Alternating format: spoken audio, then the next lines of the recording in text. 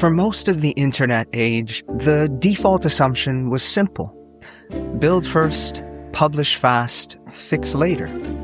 A founder could launch a product, a developer could release code, a platform could scale, and the rules usually came after the fact. That release culture shaped the digital world. The internet expanded because permission was not required at every step.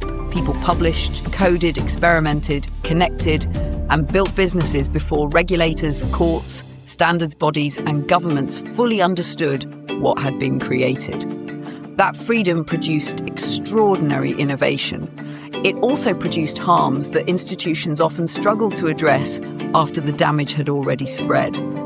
AI is starting to change that rhythm. The question is no longer only what happens after a system causes harm. More and more institutions are asking, what should happen before a powerful AI system is released at all? That is the shift at the center of this episode. AI governance is moving from abstract principles into an approval structure, not in one single law, not through one global regulator, but through a growing layer of rules, standards, evaluations, safety disclosures, model testing, incident reporting, procurement requirements, and public sector technical institutions. Intelligence is becoming something that may need to be assessed before it is widely deployed. And that makes sense on one level. If a system is powerful enough to affect workers, markets, elections, schools, medicine, security, or public services, then just release it and see what happens starts to feel pretty thin. Safety matters. And this episode cannot be framed as an argument against AI safety. That would be unserious. The question is not whether AI systems should be safe. They should. The sharper question is, who gets to define safety? Who gets to test for it? Who interprets the results? Who has authority to approve release? And who gains power once those approval structures exist? That's the line we have to hold. Approval may be necessary, but once approval exists, someone has authority. And that authority is now becoming real. The EU AI Act is the clearest legal anchor. It entered into force on August 1st, 2024, and is scheduled to become fully applicable on August 2nd, 2026, with staged obligations before then. The EU approach matters because it treats AI as something that can be classified by risk, restricted in certain uses, and governed through formal obligations. That is a major shift away from voluntary ethics statements and toward enforceable law. So Europe is building the legal structure, but the US is starting to move too, just in a more fragmented way. California's SB 53 is an important signal. Governor Gavin Newsom signed it on September 29, 2025, creating a state-level transparency framework for major frontier AI developers. It requires large AI companies to disclose safety frameworks and report certain critical safety incidents. That does not create a full federal AI regulator, but it shows that state governments are beginning to construct their own oversight layer when national policy lags. And then there is the softer version of governance too. Not law exactly, but standards that start shaping what serious companies are expected to do. That is where NIST matters. The NIST AI Risk Management Framework is voluntary but influential. It gives organizations a structured way to think about AI risk across design, development, evaluation, and use. Voluntary standards may not look like hard law, but they can become extremely powerful. They shape procurement, they shape enterprise expectations, they shape audits, insurance, internal governance, and eventually the language regulators may use when writing enforceable rules. So governance isn't only happening through laws, it's happening through checklists, audits, tests, standards, and procurement requirements. And that is why the approval layer is broader than regulation alone. Approval can happen at the model release layer, where developers decide whether a system is ready. It can happen at the deployment layer, where companies decide whether a tool can be used inside a workplace. It can happen through compute access, procurement rules, liability standards, safety evaluations, third-party audits, or restrictions on high-risk use cases. Each layer creates a different gatekeeper.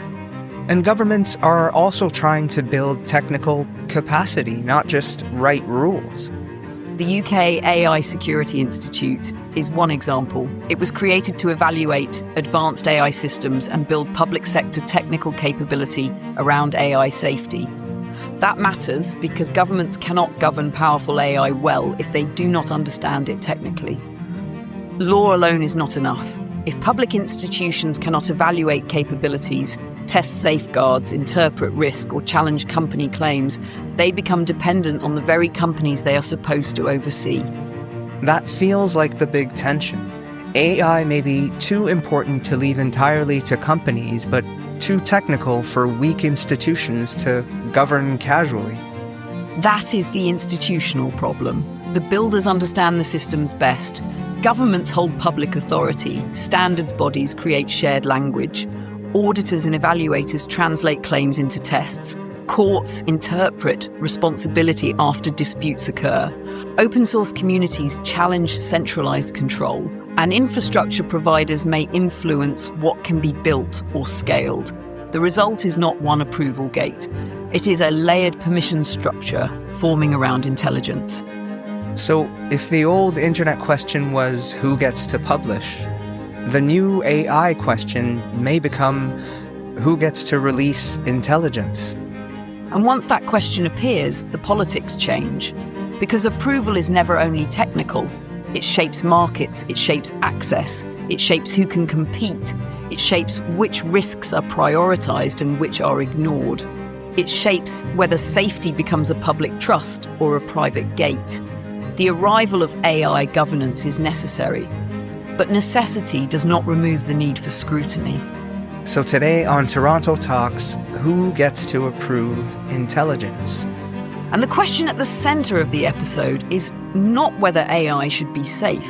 The question is who gets to define safety and whether the approval layer protects the public, the powerful, or both.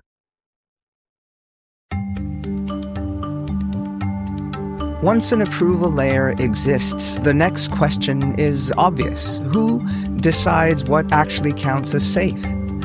Because safe AI sounds simple until somebody has to write the test, set the threshold, interpret the results, or decide what happens next.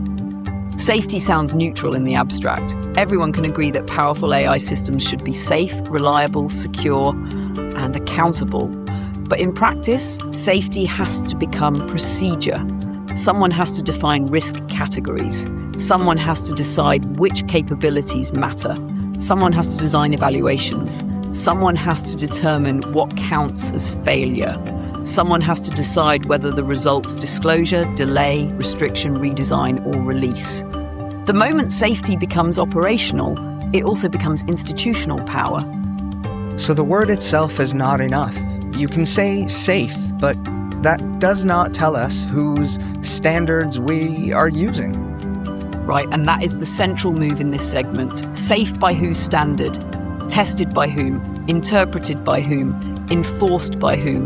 These are not side questions, they are the structure of governance, because whoever defines the test shapes the future.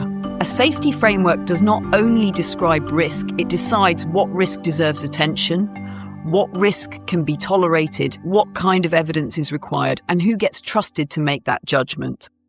All right, Sophie, let's get into it. Why is safe AI not really as simple as it sounds?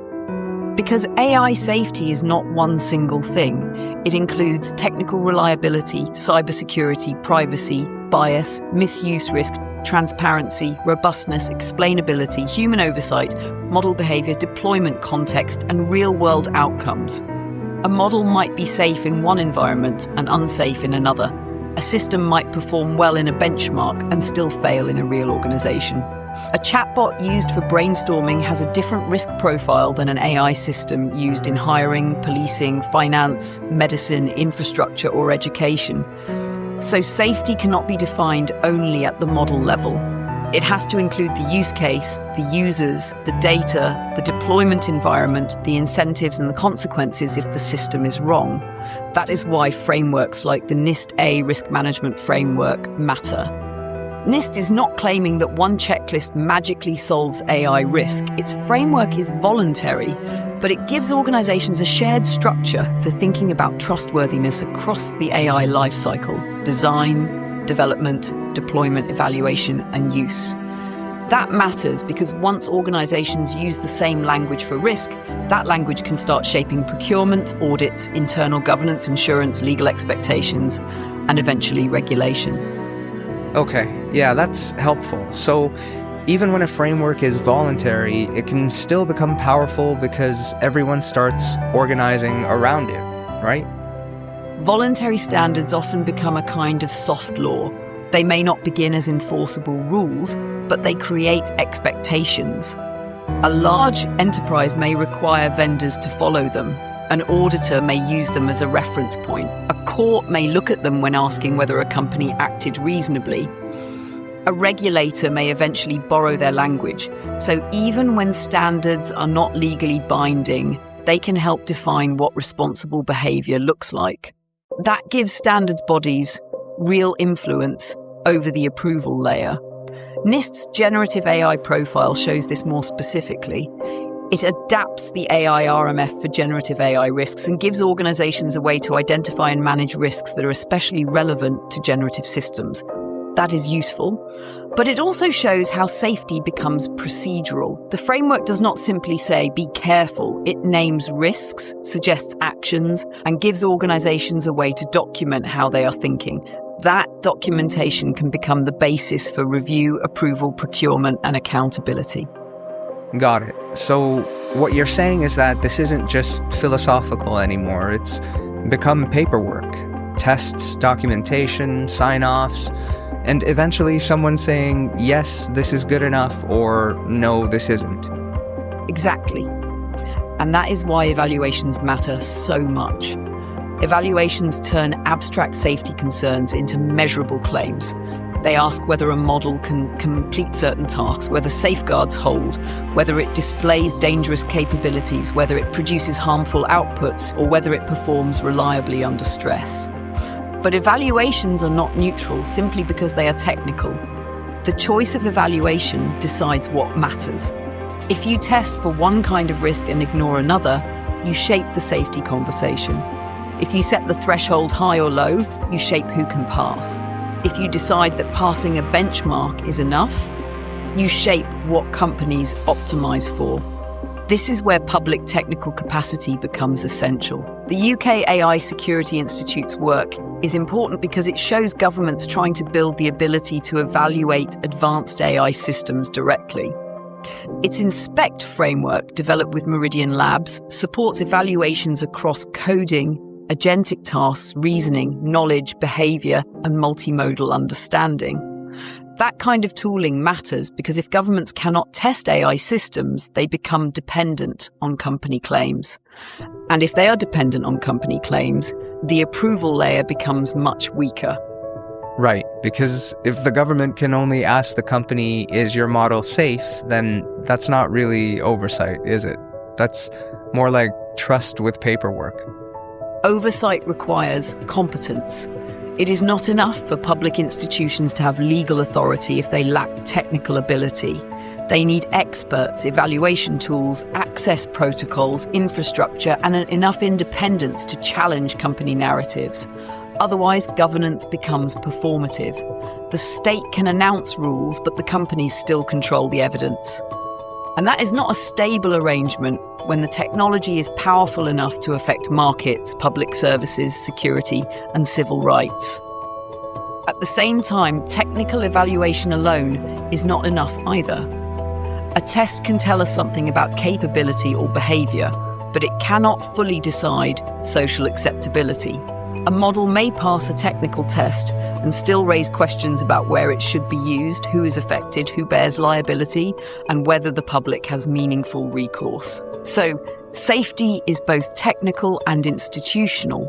It requires engineers and researchers, but it also requires law, policy, democratic accountability, and public judgment. Yeah, that's the part that makes this feel heavier. It's not just, can the model pass the test? It's who designed the test, and what did they leave out? And what power does the test give them? Yes, the test itself becomes power. If a model fails an evaluation, what happens? Is the release delayed? Is the company required to disclose something? Does the model need more safeguards? Are certain deployments restricted? Does an external evaluator get involved? Does a regulator have authority? Does the public learn about the failure? These decisions define the approval structure. And once that structure exists, it can protect people, but it can also control markets. That is why risk thresholds are so important. Thresholds decide when ordinary obligations become heightened obligations. They can be based on model capability, compute used to train the model, deployment context, user scale, sector, or potential harm. Those choices matter.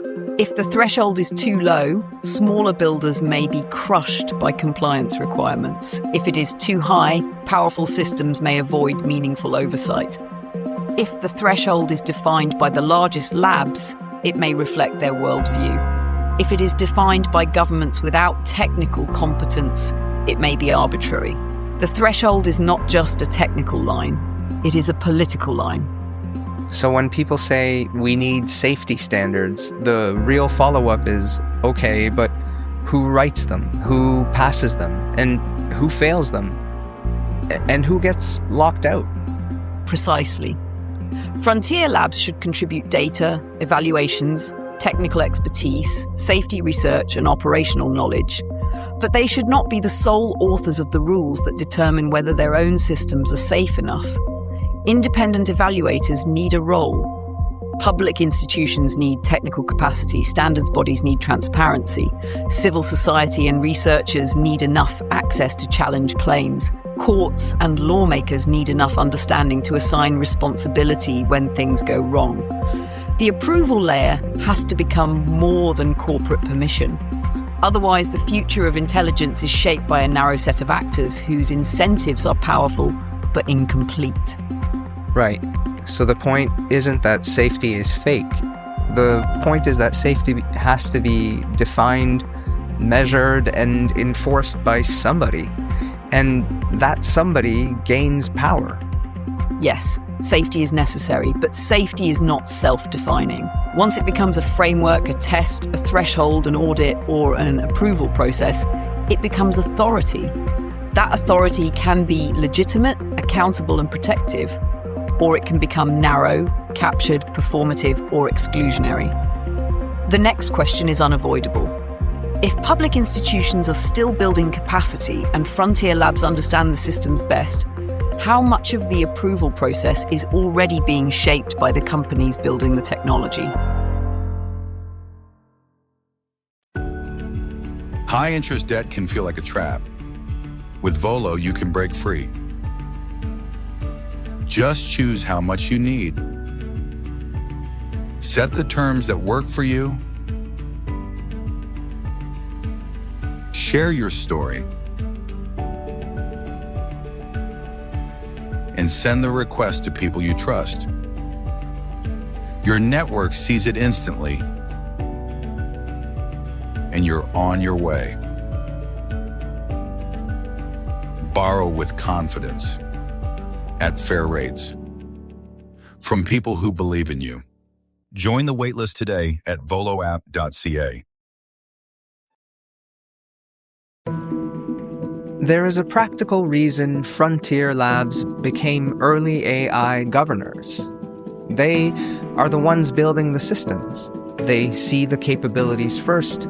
They know the training process, the evaluations, the weaknesses, the safeguards, and the release decisions before anyone outside the company does. And that makes their role unavoidable.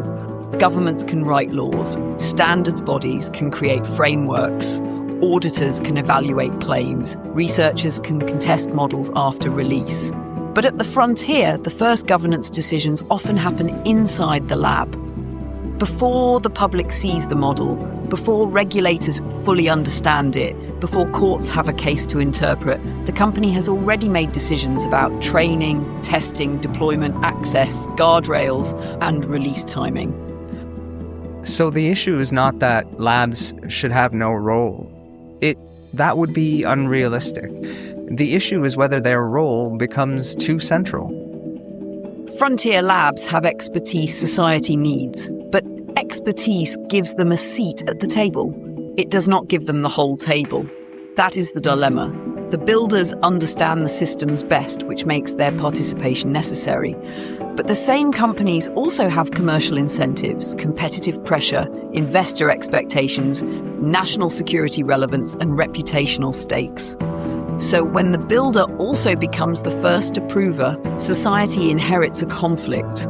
The institution that profits from release is helping define the conditions of release. All right, Sophie, let's dig into that. How did the builders end up becoming the first regulators here? They became the first regulators because the technology moved faster than public institutions could absorb it. Frontier AI systems are technically complex, expensive to build, difficult to evaluate, and often opaque even to the people developing them. That means external oversight starts at an information disadvantage. The lab knows what model is being trained, the lab knows what evaluations it is running, the lab knows which capabilities surprise the team, the lab knows which safeguards failed, which risks were debated internally, and which release options were considered. So the first layer of governance becomes internal. OpenAI has a preparedness framework for measuring and responding to severe frontier AI risks. Anthropic has a responsible scaling policy that connects capability thresholds to stronger safeguards. Google DeepMind has a frontier safety framework for tracking and managing advanced risks as capabilities grow. These frameworks are not meaningless. They represent real attempts to formalize release decisions, evaluate dangerous capabilities, and avoid simply shipping powerful systems on instinct or competitive pressure. But they are still company frameworks. They are designed by institutions with strategic interests. They decide what risks are prioritized, how thresholds are defined, who reviews the evidence, when deployment is acceptable, and what information becomes public. That does not make them bad, it makes them insufficient as the only layer of governance. Right, that seems fair. We shouldn't dismiss the work just because companies wrote it, but we also clearly shouldn't treat it like public law. That balance matters. Corporate self-governance can be faster than government. It can be more technically informed. It can adapt as capabilities change. It can force internal discipline before a regulator even knows what question to ask.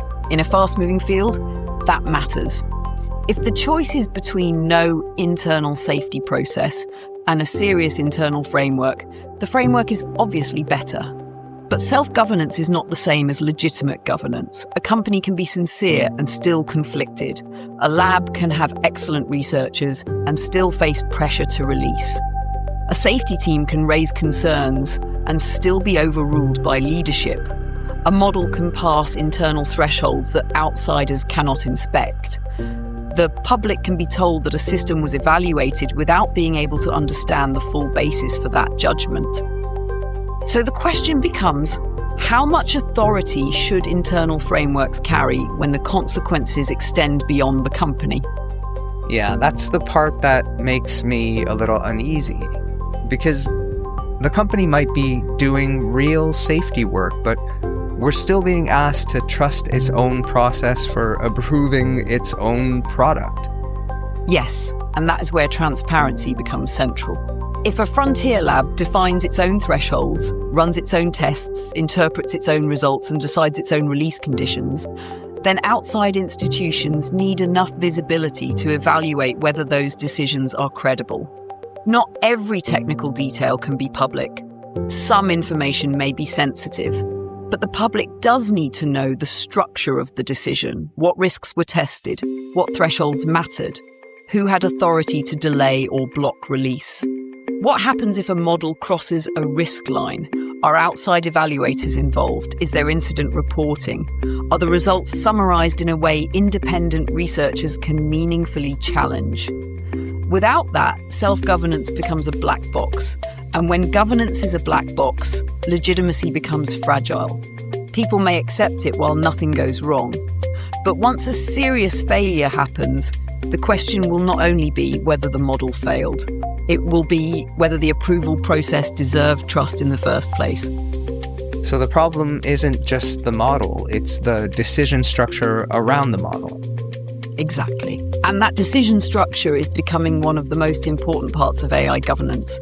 Who decides that a model is ready? Who can stop a release? Who reviews the evidence? Who represents the public interest inside the process? Who has access to the model before release? Who evaluates risky capabilities? Who checks whether safeguards actually work? These questions matter because frontier AI is not like ordinary software where the public can easily inspect the product after launch and understand the risk. The labs are not just producing tools, they are producing systems that may affect security, public services, education, health, markets, media, and information environments. That is why the approval logic cannot live entirely inside private institutions. The builders need to be involved because they understand the systems, but public oversight needs technical competence, independent evaluation, and enough authority to challenge the builders when their incentives and the public interest diverge. And there is a counter-argument here, because somebody could say government is too slow. These labs are the only ones that understand what's happening. Let them handle it. That counter-argument has force. Governments are often slow. Public institutions are under-resourced. Legislators may not understand frontier model development in detail. Regulators may struggle to hire the same technical talent as the labs.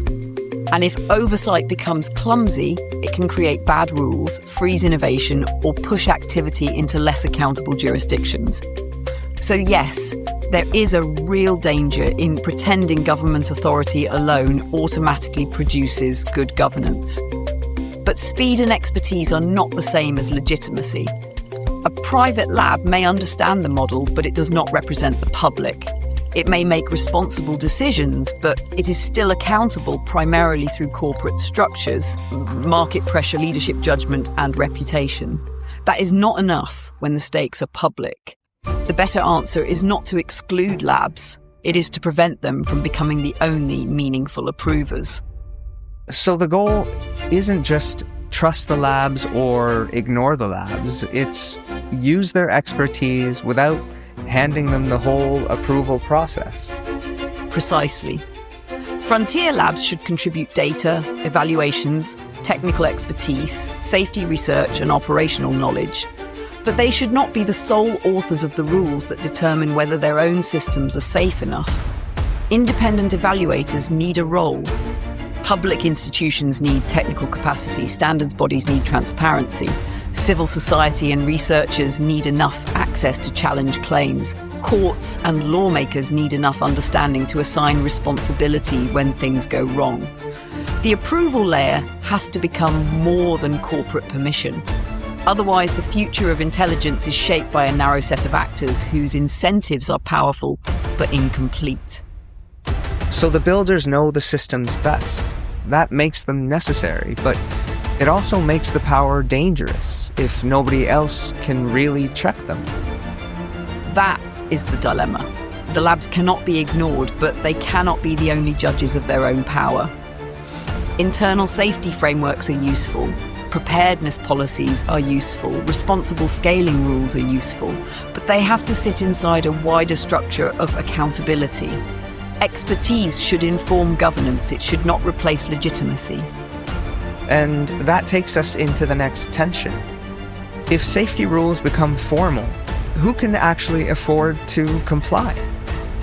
Once approval becomes expensive, complex, and institutionalized, safety can begin to shape the market itself. The next question is not only whether safety protects the public, it is whether safety also protects the powerful. Your money can do more than sit in a savings account. Browse real requests from your trusted network. See the repayment plan and the return. Fund it in seconds and start earning passive income. Lend with purpose. Put your money to work, right where it matters. Join the waitlist today at voloapp.ca. Safety matters. That has to stay clear. If AI systems become more capable, more widely deployed, and more deeply connected to public life, then pretending they don't need rules would be irresponsible. But there is another side to this. Safety rules don't just reduce risk. They also decide who can afford to build, who can release, who can comply, and who gets slowed down. And that is the tension in this segment. A safety regime can be necessary and still shape the market. A rule can protect the public and still protect incumbents. A compliance system can be reasonable and still raise the cost of entry. That does not make safety illegitimate. It means safety cannot be treated as politically neutral. Once safety becomes audits, disclosures, documentation, legal review, external evaluations, incident reporting, compliance teams, security protocols, government relationships and technical infrastructure, it begins to allocate power. So the concern isn't safety is bad. The concern is safety becomes power once someone has to pay for it, interpret it, and enforce it. Yes. And that is the line we have to hold.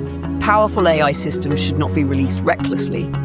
But if the approval layer becomes so expensive, complex, or centralized that only the largest labs can satisfy it, then safety becomes part of market structure. The public may be safer in some ways, but competition may be narrower. Smaller labs, open source developers, academic researchers, and independent builders may find themselves pushed to the margins. Not necessarily because their work is unsafe, but because they cannot afford the machinery required to prove safety in the approved way. All right, Sophie, let's dig a little deeper into that. When do safety rules actually start becoming market control? They start becoming market control when the cost of compliance becomes a competitive filter. Think about what a serious AI safety regime may require. Legal teams, risk officers, documentation systems, model evaluations, red team processes, incident reporting channels, external audits, security reviews, governance boards, technical monitoring, and ongoing reporting to regulators or public authorities. For the largest frontier labs, those costs are heavy but manageable. They already have legal departments, policy teams, government relations functions, safety researchers, security teams, and the capital to build compliance infrastructure. For smaller players, the same requirements can become existential. A startup may have a promising model, a research lab may have an important open system, or an independent developer community may have useful technical work, but they may not have the resources to satisfy a compliance regime designed around frontier-scale companies. That is the regulatory capture concern. It does not require anyone to be secretly corrupt. The structure itself can favor incumbents. California's SB 53 is useful here because it shows how frontier AI oversight is becoming real. Governor Newsom described the law as creating mechanisms for frontier AI companies and the public to report potential critical safety incidents to California's Office of Emergency Services. Brookings describes SB 53 as the first enforceable US regulatory framework for the most advanced AI systems. That is a major development. It also raises the deeper question. Once frontier oversight becomes formal, who has the capacity to participate in that system? Right, and that's the uncomfortable part. Because a law can be well-intentioned and still end up making the biggest companies harder to challenge. That's why tone matters. We do not need to assume bad faith to analyse power. A government may genuinely want to protect the public. A regulator may genuinely want transparency. A frontier lab may genuinely want clear rules. But the result can still be a system where large firms are better positioned to survive the approval process. They can hire the lawyers, they can manage the audits, they can attend the consultations, they can influence standards, they can maintain incident reporting systems, they can turn compliance into a signal of seriousness and eventually into a moat. The EU General Purpose AI Code of Practice shows a softer version of this dynamic. It is a voluntary tool designed to help providers comply with AI Act obligations around transparency, copyright, safety and security. On one hand, that can create clarity, it can reduce uncertainty, it can give companies a path to demonstrate compliance. But even voluntary codes can become powerful when customers, regulators, investors and enterprise buyers start treating them as the expected standard. What begins as guidance can become the price of admission. Right. So even before the law is fully enforced, the market can start acting like the standard already matters. That's how soft law becomes hard in practice. A company may technically be free not to follow a voluntary code, but if procurement departments, enterprise customers, insurers, investors, or regulators treat alignment as proof of responsibility, then non-alignment becomes risky. That is not necessarily wrong. Standards can improve behavior, but they also create a sorting mechanism. The question is whether that sorting mechanism is proportionate, accountable, and open enough to avoid simply protecting the firms that help define it.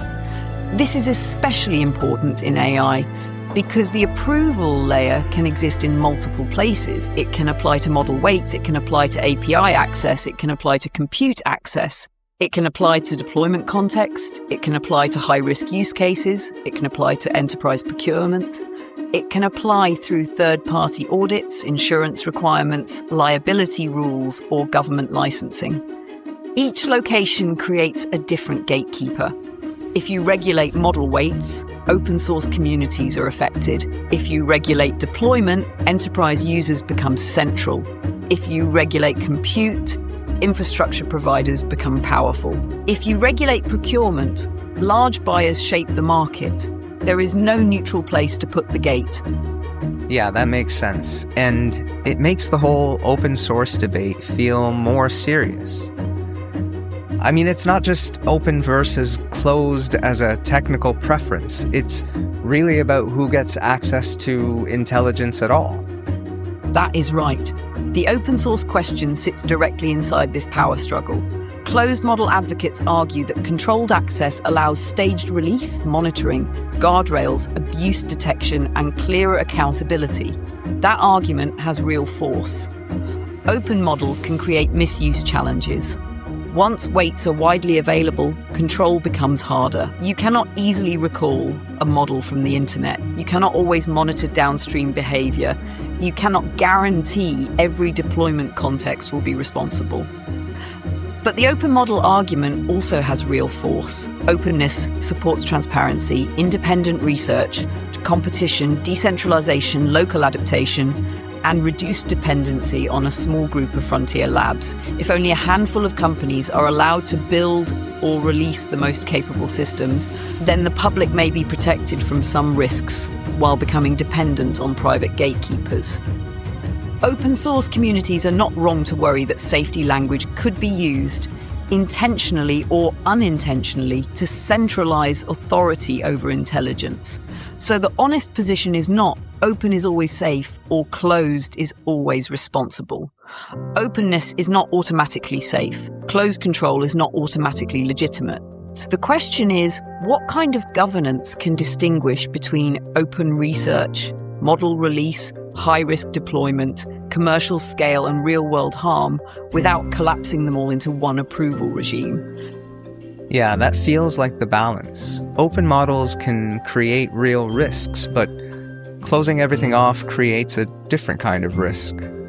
Dependence on whoever gets approved. That's why the phrase safety or market control matters. The answer is not one or the other. Often it is both. Safety rules can protect the public from genuine risks and still strengthen the position of incumbents. A disclosure requirement may improve accountability and still be easier for large firms to satisfy. A model evaluation standard may catch dangerous capabilities and still reflect the worldview of the institutions that designed it. A licensing regime may prevent reckless deployment and still limit who can compete. A compute threshold may focus oversight on the largest systems and still give infrastructure providers enormous influence. This is not a reason to reject governance. It is a reason to design governance carefully. Rules should be proportionate. They should scale with capability and deployment risk. They should not treat a student researcher, an open source community, a small startup, and a frontier lab deploying systems to millions of users as if they are the same actor. They should protect competition where possible. They should allow independent research. They should focus not only on who builds the model, but on how it is deployed and who is harmed when it fails.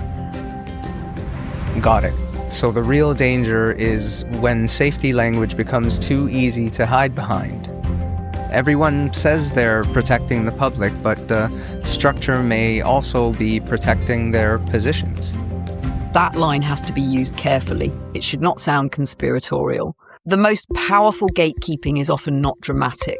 It arrives through reasonable forms, responsible language, expert committees, documentation requirements, audit processes, procurement norms, and compliance expectations. Each piece can make sense, but together they can create a permission structure that determines who gets to build, release, scale, and compete. That is why we have to ask not only whether a safety rule sounds good, but what it does institutionally.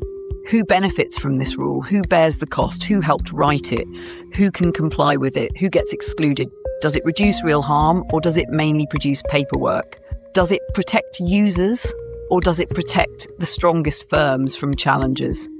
Does it preserve open research?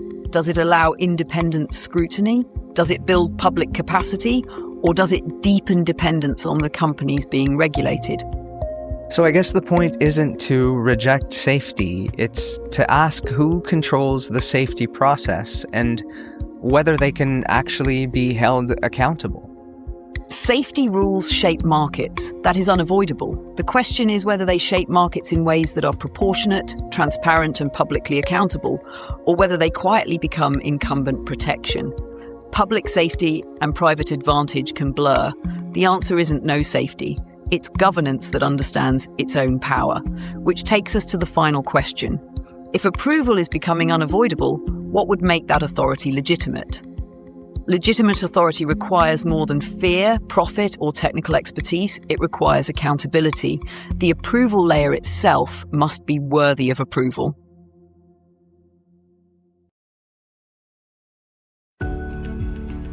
With Volo, lending and borrowing is effortless. No spreadsheets. No awkward follow-ups.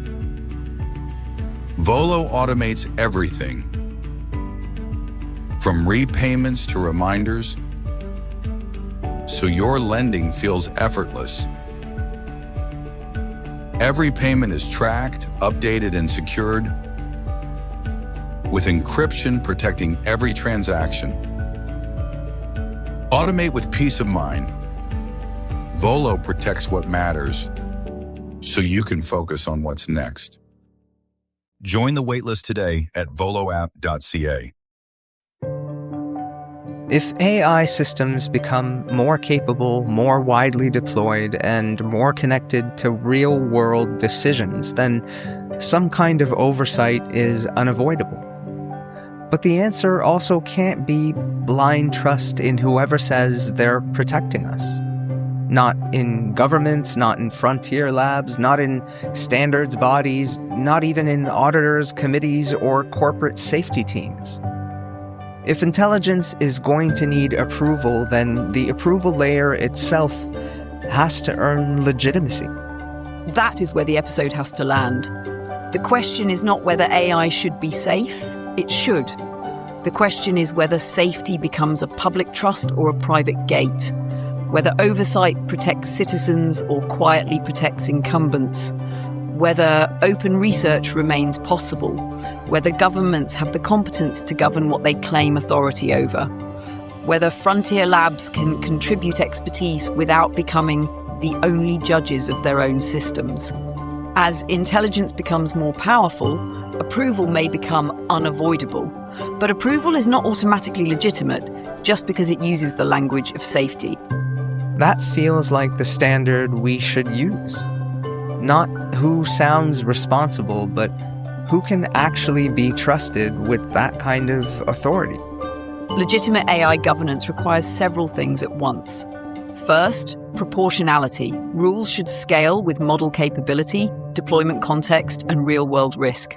A small research project, an open-source tool, a consumer chatbot, a frontier model, and an AI system used in healthcare or public infrastructure should not all be treated as the same thing. If regulation is too weak, serious risks go unmanaged. If regulation is too broad, it can freeze smaller builders, researchers, and open communities while leaving the largest actors relatively stronger. Second, transparency. The public does not need every sensitive technical detail, but it does need visibility into the approval process. What risks are being assessed? Who is doing the assessment? What standards are being used? What happens when a system fails? What kinds of incidents must be reported? What information is withheld and why? Without that visibility, safety becomes a slogan instead of an accountable process. Third, independent evaluation. Model developers should not be the only judges of their own systems. Their expertise matters, but independence matters too. Public institutions, accredited evaluators, researchers, and technically competent oversight bodies need meaningful roles. That is one reason institutions like the UK AI Security Institute and international expert collaborations matter. They represent attempts to build evaluation capacity outside the companies themselves. Right, because if the companies are the only ones who really understand the systems, then everyone else is basically governing from the outside with one eye closed. That is why technical state capacity becomes essential. Governments may have the legal right to regulate AI, but the harder question is whether they have the practical capacity. Can they hire experts? Can they run evaluations? Can they understand model behavior? Can they inspect safety claims? Can they respond quickly enough when capabilities change? Can they avoid becoming dependent on company-provided evidence? Law without technical competence becomes weak. Technical expertise without public accountability becomes private power. Legitimate governance needs both. It also needs competition protection. Safety rules should not become incumbent moats. Compliance requirements may be necessary, but they should be designed carefully so they do not simply lock out smaller firms, open source researchers, universities, and independent builders. A rule can be reasonable and still change who gets to compete. That means policymakers have to ask not only whether a requirement sounds safe, but whether it is proportionate, contestable, and workable for different kinds of actors.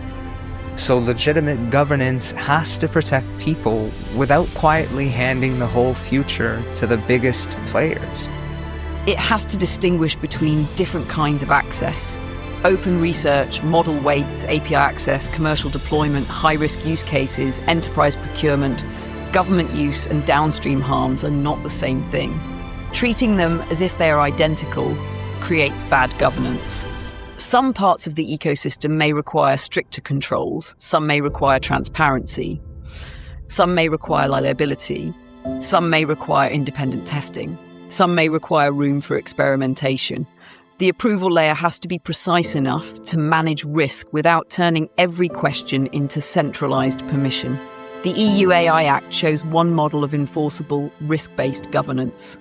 NIST shows another path through voluntary standards that help organizations structure risk management before hard law applies.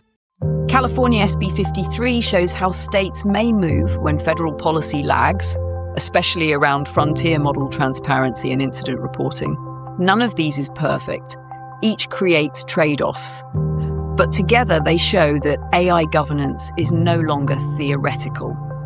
The institutional question now is whether these systems become accountable enough to deserve the power they are taking on. And that brings us back to the title. If someone gets to approve intelligence, we need to know who they are, what standards they're using, and who checks them. That is the heart of legitimate authority. The approval layer must be visible enough to scrutinize, technical enough to understand the systems, independent enough to challenge the builders, democratic enough to carry public trust, and flexible enough to avoid crushing innovation or open research. It has to separate public safety from private advantage. It has to ask whether rules protect actual people or merely produce the appearance of control. And it has to remember that fear alone cannot be the foundation of governance. Panic can justify almost anything. Profit can rationalize almost anything. Bureaucracy can preserve almost anything. Legitimate authority has to be better than all three. So this isn't an anti-regulation argument. It is a warning about what regulation becomes if we don't pay attention to who holds the power. That's right. AI governance is not only about controlling machines. It is about controlling who controls the machines. Who can build, who can release, who can evaluate, who can restrict, who can challenge, and who can participate. If that authority is legitimate, it can protect the public while preserving openness, competition, and accountability. If it is not, safety can become the language of exclusion. And the principle is simple. Safety rules shape markets. The question is whether they protect the public, the powerful, or both. That's it for the show. Like and subscribe wherever you get your podcasts, and reach out to us anytime at talk@torontotalks.ca. We'll see you next time right here on Toronto Talks, where big ideas come to life And curiosity never sleeps.